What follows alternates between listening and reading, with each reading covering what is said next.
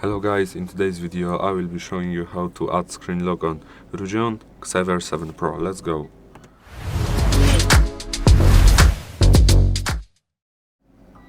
Okay guys, so what we do is we go to settings, then we scroll down to security and privacy, which is right here.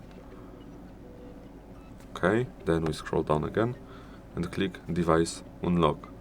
Then we can select here screen lock and we select the one we want. We can choose between none, swipe, pattern, pin and password. I will do pin.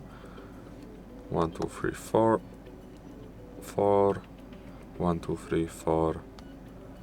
Okay, you can choose if you want notifications to be on your lock screen. I will choose yes, so they can be, because it's easier. Okay, then that's how you set a screen lock, guys. Thank you for watching, have a good day and goodbye.